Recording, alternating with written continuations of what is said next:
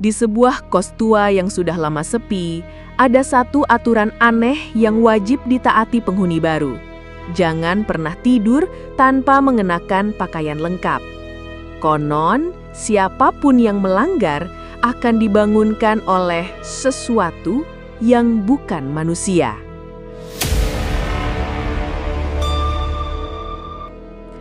Aku baru saja pindah ke sebuah kos di pinggir kota.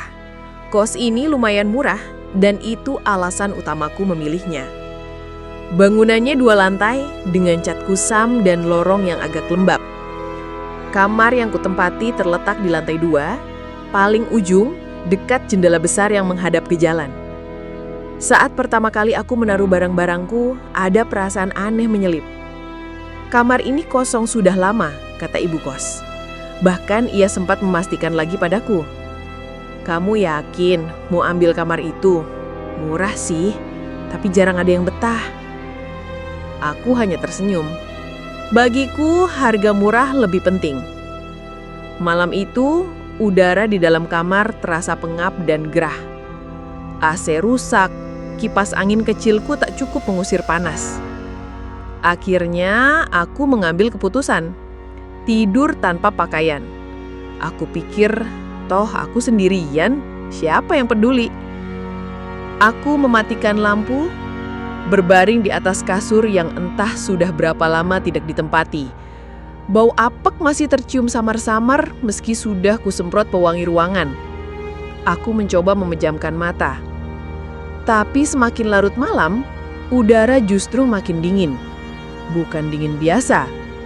Angin terasa menelusup dari celah-celah tembok. Kulitku merinding. Aku menarik selimut tipis menutupi tubuh, tapi perasaan tak nyaman itu semakin menjadi.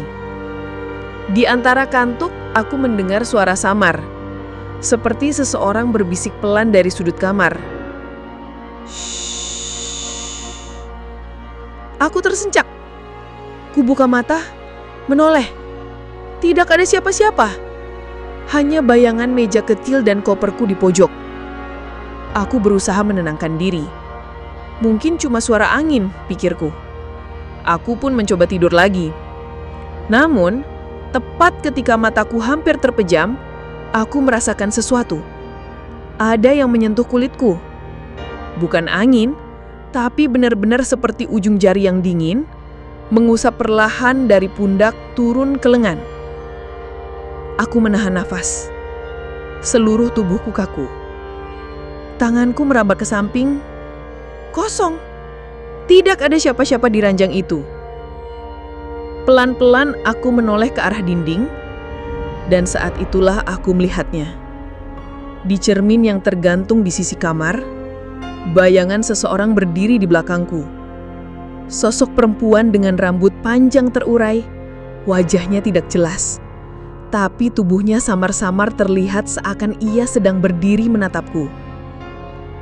Aku terperanjat, spontan menoleh ke belakang. Kosong, tidak ada siapa-siapa. Tapi saat kulihat lagi ke arah cermin, sosok itu masih ada. Kali ini ia lebih dekat. Matanya hitam pekat, mulutnya terbuka seperti ingin berbisik sesuatu. Aku membeku, tidak mampu bergerak. Lalu tiba-tiba, kaca cermin itu berembun seolah ada nafas dingin dari baliknya. Tulisan samar muncul di permukaan kaca. Aku akan menemanimu malam ini. Detik itu juga.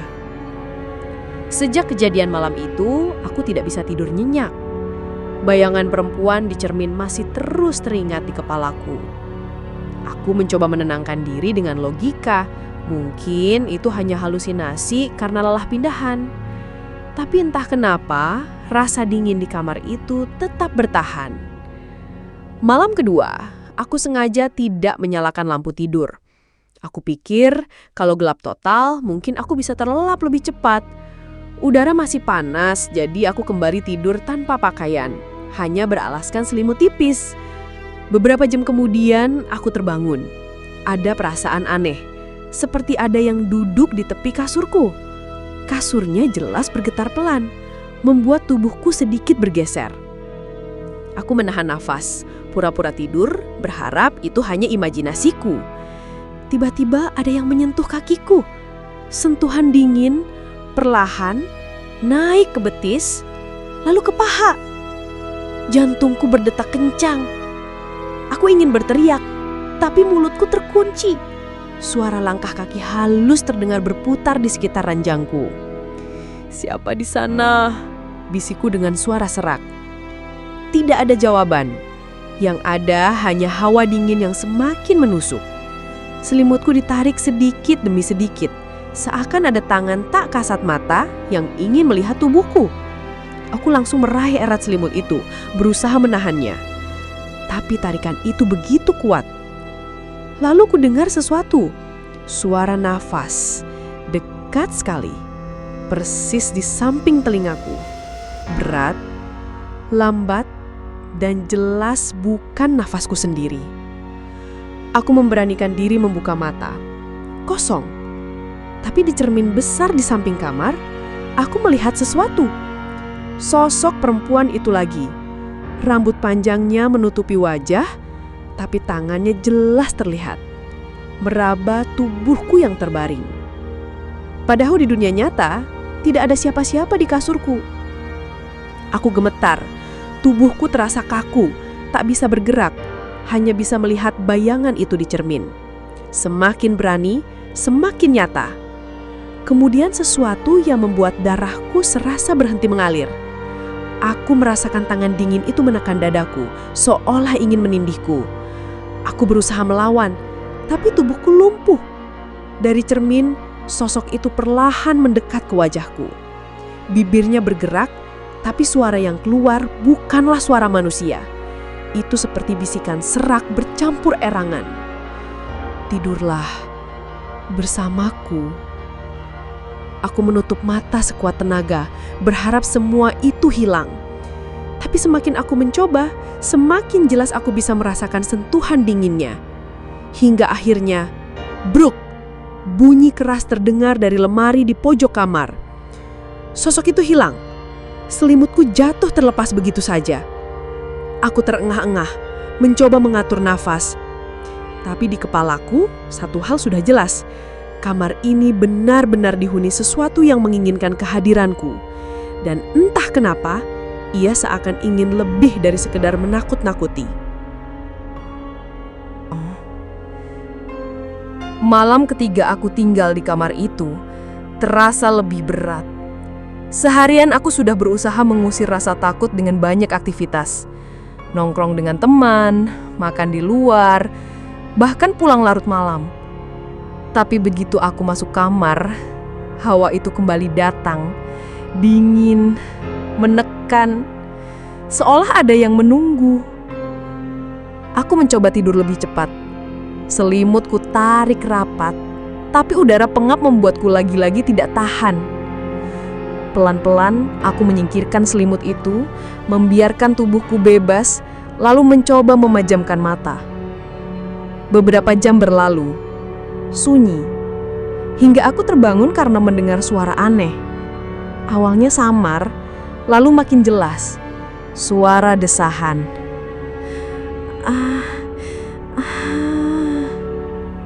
Aku langsung merinding. Suara itu terdengar dari arah dinding samping, tepat kamar sebelah.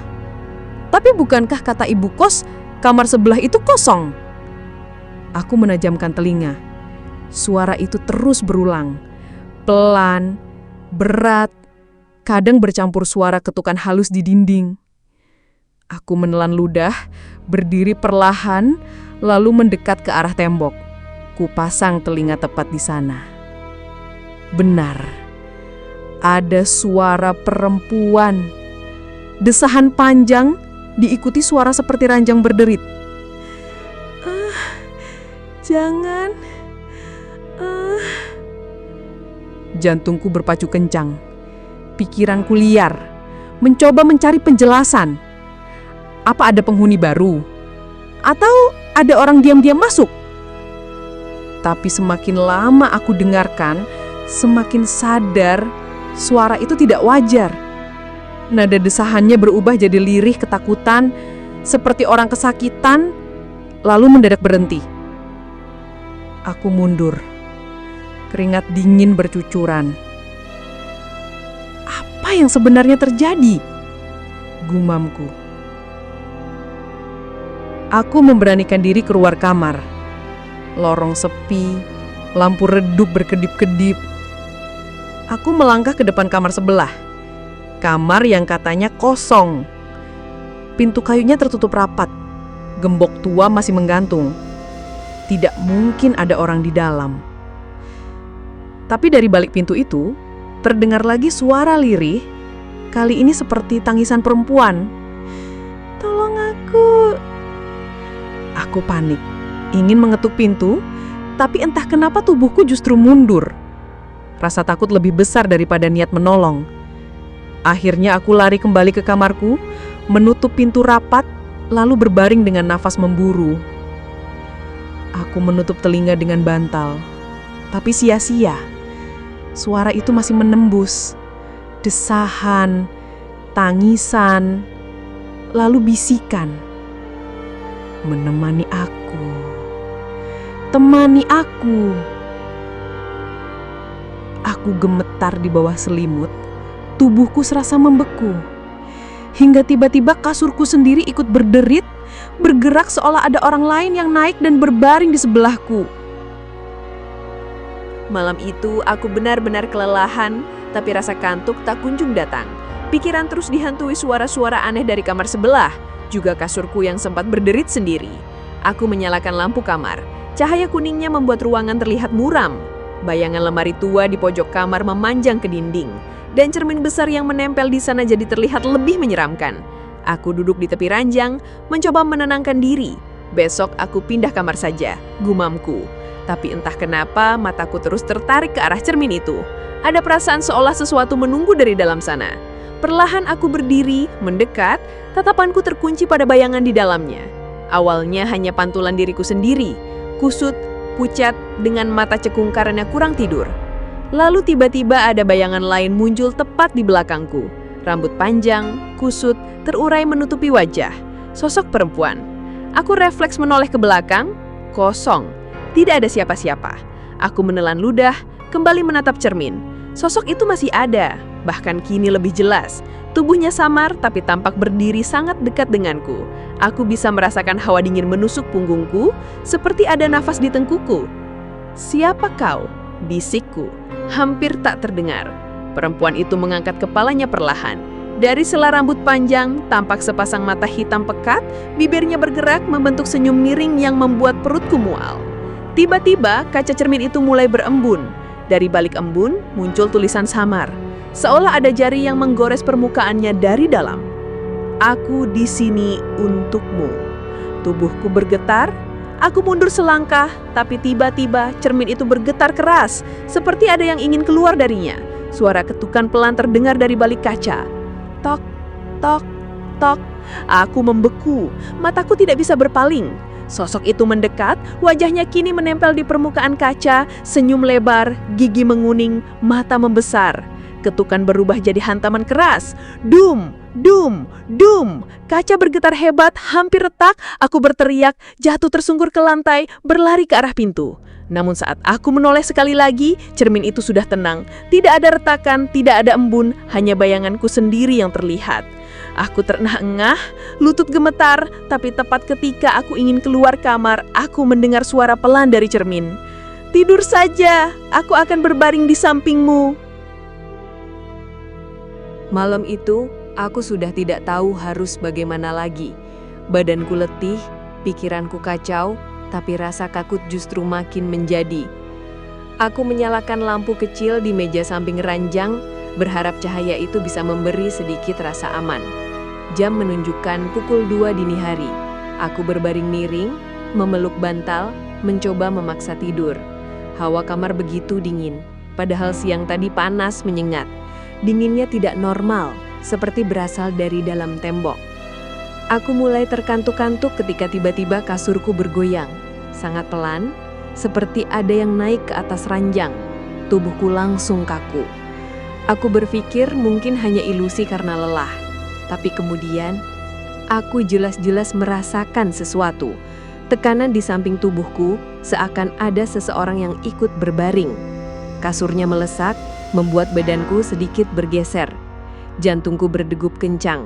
Perlahan, aku membuka mata, tapi tidak berani menoleh. Dari sudut mataku, selimut di sebelahku terangkat sedikit, membentuk lekukan, seperti menutupi tubuh tak kasat mata. Aku menahan nafas. Astaga, ada yang tidur di sini. Belum sempat aku bergerak, aku merasakan hal yang lebih parah. Ada nafas hangat di tengkukku, dekat sekali. Ritmenya berat, membuat bulu kuduku berdiri. Aku memberanikan diri melirik ke arah cermin di dinding. Dan saat itu aku hampir pingsan. Di cermin, pantulan kasurku jelas terlihat ada 3 sosok. Aku yang sedang berbaring, dan 2 bayangan lain di sisiku. Sosok perempuan berambut panjang, wajahnya pucat. Dan di sebelah lagi, sosok hitam besar, samar, seperti bayangan pria. Aku tercekak. Bertiga, bisikku dalam hati. Tiba-tiba, tubuhku ditarik kuat dari belakang, seperti dipeluk erat. Tangan dingin melingkar di pinggangku. Aku berusaha menjerit, tapi suaraku tercekak. Sosok tak kasat mata itu mendekapku erat, semakin erat, hingga dadaku terasa sesak. Dari arah belakang, jelas terdengar bisikan lirih seorang perempuan. "Jangan takut, aku hanya ingin ditemani." Lalu suara lain menyusul, berat dan serak seperti suara laki-laki. "Sekarang kau milik kami." Aku berusaha melepaskan diri, tapi pelukan itu semakin kencang, kasur berderik, air makin dingin, napasku tersengal. Dan seketika lampu kamar padam sendiri, gelap total. Yang tertinggal hanyalah suara 2 makhluk itu bernafas di telingaku, seakan aku benar-benar bukan lagi tidur sendiri. Pagi harinya aku terbangun dengan tubuh lemas. Anehnya, aku tidak tahu kapan tepatnya aku tertidur. Yang aku ingat terakhir hanyalah pelukan dingin itu dan suara bisikan menyeramkan. Begitu bangun, selimutku berantakan, seperti habis ditarik-tarik. Dan di lantai ada bekas basah membentuk telapak kaki kecil menuju pintu kamar. Aku benar-benar tidak tahan lagi. Aku langsung keluar kamar menuju halaman depan kos mencari udara segar. Penjaga kos, Pak Darto, sedang menyapu. Wajahnya tampak pucat ketika melihatku. "Mas, semalaman tidur di kamar itu?" tanyanya sambil menatap tajam. Aku mengangguk pelan. "Iya, Pak, tapi saya mengalami hal aneh." Pak Darto menunduk seperti ragu untuk bicara. Namun akhirnya dia menarik napas panjang. Mas, sebenarnya saya sudah mau kasih tahu dari awal. Kamar yang Mas tempati itu dulunya pernah dipakai seorang penghuni perempuan. Dia tinggal sendirian. Orangnya pendiam, jarang bergaul. Suatu malam, dia ditemukan tidak bernyawa di dalam kamar itu. Keadaannya ngegeri, Mas. Aku tercekak. Maksudnya? Pak Darto menelan ludah. Dia ditemukan di atas kasur, tanpa sehelai kain pun. Katanya sih malam itu dia mendengar suara-suara dan merasa kepanasan. Tapi ketika pagi tiba, tubuhnya membiru kaku, seperti habis dicecik. Anehnya, meski jendelanya terkunci rapat, ada bekas telapak kaki basah menuju pintu kamar. Sama persis seperti yang Mas lihat pagi ini. Aku langsung merinding. Jadi telapak kaki kecil itu memang nyata, bukan halusinasi. Pak Darto melanjutkan dengan suara bergetar. "Jadi, Mas, jujur saja, kalau bisa pindah kamar lebih baik pindah. Kamar itu sudah tidak layak ditempati," kata Pak Darto serius. Aku mengangguk, tapi dalam hati ada rasa penasaran bercampur takut.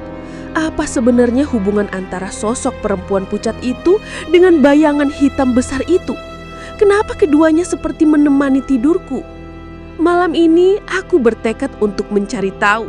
Walaupun nyali terasa menciut, aku ingin membuktikan sendiri siapa sebenarnya penghuni kamar itu. Aku tidak sadar keputusan itu akan membuatku melihat sesuatu yang lebih mengerikan lagi. Malam itu aku tidak langsung tidur. Rasa takut bercampur penasaran membuatku tetap terjaga. Aku sengaja menyalakan lilin kecil di meja, padahal listrik masih menyala. Entah kenapa, aku merasa lilin itu bisa jadi penanda kalau ada sesuatu yang mendekat. Jam sudah lewat tengah malam. Kos sepi, hanya sesekali terdengar suara motor melintas jauh di jalan depan. Aku duduk di kasur, menatap pintu kamar yang terkunci rapat. Tiba-tiba, ceklek, ceklek, ceklek. Gagang pintu bergerak sendiri, pelan, seperti ada yang mencoba membukanya dari luar. Aku langsung merinding. Siapa? Tanyaku dengan suara bergetar. Tidak ada jawaban. Yang terdengar justru suara lirih, seperti bisikan banyak orang dari balik pintu. Semakin lama, suara itu terdengar jelas. Suara perempuan membaca sesuatu, seperti mantra kuno. Lilin di meja mulai bergetar apinya, lalu bup, mati sendiri. Gelap total. Saat mataku berusaha menyesuaikan diri, aku sadar ada cahaya samar dari cermin di sudut kamar. Cahaya itu bukan pantulan lilin, melainkan seperti sinar merah redup yang keluar dari dalam cermin. Aku menatapnya dan jantungku seolah berhenti berdetak. Di dalam cermin, aku melihat sosok perempuan pucat itu sedang duduk di lantai kamar, membelakangi cermin. Di hadapannya ada sesaji aneh, bunga layu, dupa terbakar, dan sebuah mangkuk berisi cairan gelap. Tangannya bergerak, seperti sedang melakukan ritual. Tapi, yang lebih menyeramkan, aku tidak melihat semua itu di dunia nyata, hanya di dalam cermin. Aku panik, menutup mata sebentar, lalu membuka lagi. Dan kali ini, sosok perempuan itu menoleh ke arahku. Matanya hitam legam dan darah menetes dari sudut bibirnya. "Tidurlah bersamaku, bersamaku," bisiknya dari dalam cermin, tapi terdengar seolah tepat di telingaku. Aku terpaku, tubuhku kaku. Tiba-tiba ada hembusan angin dingin menusuk, padahal jendela tertutup rapat. Dari ujung kasur, terlihat bayangan besar menjulang. Sosok hitam yang pernah kulihat di pantulan sebelumnya. Dia mendekat, mendekat, hingga aku bisa mencium bau busuk menusuk hidung. Aku ingin lari, tapi tubuhku lumpuh. Perempuan di dalam cermin mulai tertawa lirih, lalu berubah melengking. "Malam ini ritualnya belum selesai, kau akan jadi bagian dari kami." Dan tiba-tiba, duar, kaca cermin retak sendiri, seolah ada sesuatu yang mencoba keluar darinya. Aku menjerit, tapi suaraku seperti hilang di telan kegelapan. Setelah cermin itu retak, aku langsung lompat dari kasur dan berlari ke arah pintu. Tanganku gemetar saat memutar gagannya. Krek, krek, krek, terkunci. Padahal aku yakin sebelumnya sudah menguncinya dari dalam dengan mudah. Kali ini seolah-olah ada sesuatu di luar sana yang menahan pintu agar aku tidak bisa keluar. Aku panik. Kupukul-pukul pintu sambil berteriak, "Pak Kos, tolong, ada apa ini?" Tapi suaraku seakan tidak terdengar keluar. Sementara itu, dari arah cermin yang retak, terdengar suara retakan semakin keras. Krek, krek, prak. Sebagian pecahan kaca jatuh ke lantai. Dari balik celah retakan itu, terlihat jari-jari panjang berwarna hitam pekat meraba-raba keluar seakan mencari jalan. Aku gemetar, lututku lemas. Tidak mungkin ini nyata, gumamku. Namun kenyataan jauh lebih mengerikan. Bayangan hitam itu perlahan keluar dari cermin, membentuk tubuh tinggi besar dengan wajah samar. Nafasnya berat, terdengar seperti hembusan dari lubang dalam. Di belakangnya, perempuan pucat tadi masih duduk, tersenyum miring seolah menikmati penderitaanku. Aku berlari ke jendela. Ku coba buka kunci jendela itu dengan paksa. Klek, mencengklek, tidak bergerak sama sekali, seolah-olah tertanam mati. Kenapa semua terkunci? Tiba-tiba, lampu kamar mati mendadak. Gelap gulita, hanya sisa cahaya samar merah dari cermin. Bayangan itu semakin besar dan mulai merayap ke arahku. Aku berlari ke pintu lagi, menendang sekuat tenaga. Duar! Tidak goyah sedikit pun. Seperti menendang tembok. Jantungku berdegup kencang. Aku sadar aku benar-benar terperangkap. Telingaku kemudian menangkap suara pelan, seperti seseorang berbisik langsung di belakangku. Tidak ada jalan keluar kecuali ikut kami.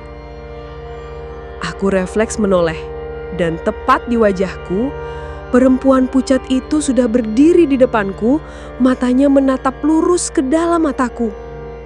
Darah menetes dari matanya jatuh mengenai lantai. Aku menjerit keras, tapi tiba-tiba tubuhku terasa ditarik ke belakang. Sesuatu mencekik leherku, bayangan hitam itu. Aku meronta berusaha melepaskan diri, tapi semakin aku melawan, cengkramannya semakin kuat. Pandanganku mulai kabur, dan sebelum aku benar-benar pingsan, aku melihat sesuatu yang membuat darahku beku. Dari retakan cermin, muncul kepala-kepala lain. Bukan hanya perempuan itu, ada banyak wajah menyeramkan, semua tampak menderita, semua tampak ingin ikut keluar. Dan semuanya menatap lurus ke arahku. Leherku dicekik semakin keras, aku berusaha meronta. Tapi tangan bayangan hitam itu dingin seperti es dan kuat bukan main. Nafasku tersengal, mataku hampir terbalik. Tiba-tiba, brak! Cermin yang retak itu pecah seluruhnya. Pecahannya tidak jatuh ke lantai, melainkan melayang di udara, seolah ada kekuatan gaib yang menahannya. Dan dari balik cermin itu keluar sosok-sosok mengerikan. Tubuh mereka cacat, ada yang tanpa mata, ada yang wajahnya terbelah dua, ada yang perutnya bolong penuh belatung. Mereka semua bergerak mendekat ke arahku dengan suara erangan panjang. Aku ingin teriak, tapi leherku masih dicekik. Sampai akhirnya aku dengar suara perempuan pucat itu berbisik di telingaku. Sudah kubilang, yang tidur di sini harus membayar. Kau sudah tahu aturannya. Jangan pernah tidur berpakaian. Aku membelalak. Jadi alasan kenapa penghuni lama kamar ini selalu tidur tanpa pakaian itu ternyata bukan mitos. Itu semacam syarat untuk tidak disentuh makhluk-makhluk dari cermin itu. Karena aku melanggar, aku yang jadi target. Bayangan hitam itu menyeret tubuhku ke arah cermin yang sudah pecah. Pecahan kaca di udara berputar-putar mengelilingi kami, membuat suara siulan tajam. Aku berusaha meraih pintu sekali lagi. Kutendong sekuat tenaga. Kali ini pintu itu sedikit bergetar, seolah ada sesuatu di luar yang ikut mendorong. Pak Kos, tolong! Aku berteriak sekeras-kerasnya, suara serap, hampir kehilangan tenaga. Tiba-tiba, duar! Pintu benar-benar terbuka. Seorang penghuni kos lain terlihat di ambang pintu. Matanya melebar melihat apa yang terjadi di dalam kamar. Ya Allah, bisiknya sebelum langsung mundur ketakutan. Sialnya, begitu pintu terbuka bukan berarti aku bisa kabur. Justru angin kencang berhembus dari dalam kamar menarikku makin kuat ke arah cermin. Jangan biarkan aku dibawa, teriakku mencoba menggapai apapun. Tanganku sempat menyentuh kusen pintu, tapi bayangan hitam itu lebih kuat. Aku benar-benar hampir terseret ke dalam cermin yang sudah berubah menjadi pusaran hitam pekat. Sementara itu, perempuan pucat itu sudah tertawa. Tawanya panjang melengking seperti suara besi digores. Ikut kami, ikut kami. Dan saat kepalaku hampir masuk ke dalam pusaran cermin itu, aku merasakan ada tangan lain yang menarikku dari luar. Kuat sekali. Aku tak tahu siapa, tapi dia berusaha melawan tarikan dari dalam. Tubuhku tertarik kedua arah, ke dalam cermin dan keluar pintu. Aku menjerit sekeras-kerasnya. Tubuhku masih ditarik kedua arah. Bayangan hitam menyeretku ke pusaran cermin, sementara dari luar seseorang menarik tanganku dengan kekuatan luar biasa. Aku nggak mau mati di sini. Teriakku sekuat tenaga. Dengan tarikan terakhir yang sangat kuat, aku berhasil terlepas dari genggaman bayangan itu. Tubuhku terhempas keluar kamar, terjatuh keras di lantai lorong kos. Pintu kamar itu menutup sendiri dengan hantaman keras. Brak! Aku terengah-engah. Paru-paruku seolah terbakar. Orang yang menarikku keluar tadi ternyata Pak Kos. Wajahnya pucat pasi, keringat bercucuran. Aku sudah bilang, jangan pernah tidur dengan pakaian di kamar itu, katanya dengan suara gemetar. Aku menatapnya, masih gemetar. Kenapa, Pak? Apa yang sebenarnya terjadi di kamar itu? Pak Kos menunduk, wajahnya seolah penuh penyesalan. Itu bukan kamar biasa. Bertahun-tahun lalu, ada seorang gadis kos di situ. Malam-malam dia suka tidur dengan pakaian lengkap, katanya biar sopan. Tapi justru dia yang jadi korban. Ditemukan tak bernyawa, tubuhnya terhimpit kaca cermin yang pecah. Setelah itu, arwahnya marah. Dia menuntut syarat, setiap penghuni kamar harus tidur tanpa pakaian. Kalau tidak, mereka akan jadi korban selanjutnya, ditarik masuk ke dunia cermin. Aku membeku mendengarnya. Jadi benar, semua yang kualami tadi adalah bayaran dari pelanggaranku. Aku hampir mati, Pak. Suaraku bergetar. Pak Kos menatapku dengan mata merah. Kau beruntung bisa lolos. Tidak banyak yang selamat. Aku mencoba bangkit, tapi begitu menoleh ke pintu kamar itu, aku terkejut. Di permukaan pintunya, samar-samar terlihat bayangan perempuan pucat tadi menatapku dengan tatapan penuh benci. Senyumnya melebar, seakan berjanji, "Kau belum bebas dariku." Aku langsung mundur, tubuhku gemetar. Sejak malam itu, aku memutuskan untuk keluar dari kos tersebut. Aku tinggalkan kamar, barang-barang, bahkan baju-bajuku. Aku tak peduli, lebih baik kehilangan segalanya daripada kehilangan nyawa. Namun, beberapa hari kemudian, saat aku mencoba tidur di kos baru, aku merasakan sesuatu yang mengerikan. Di tengah malam, aku terbangun dengan tubuh terasa dingin. Saat membuka mata, aku mendapati cermin kecil di kamarku bergetar. Dari pantulannya, terlihat bayangan perempuan pucat itu berdiri di sudut kamar, tersenyum. Dan kali ini, aku sadar, aku akan pernah benar-benar bisa lari darinya. Sampai hari ini, tidak ada yang tahu siapa sosok yang selalu mengintai kamar itu setiap malam. Jadi, kalau suatu saat kalian tinggal di kos baru dan mendengar larangan yang terdengar sepele, lebih baik taati. Karena bisa saja nyawa kalian taruhannya.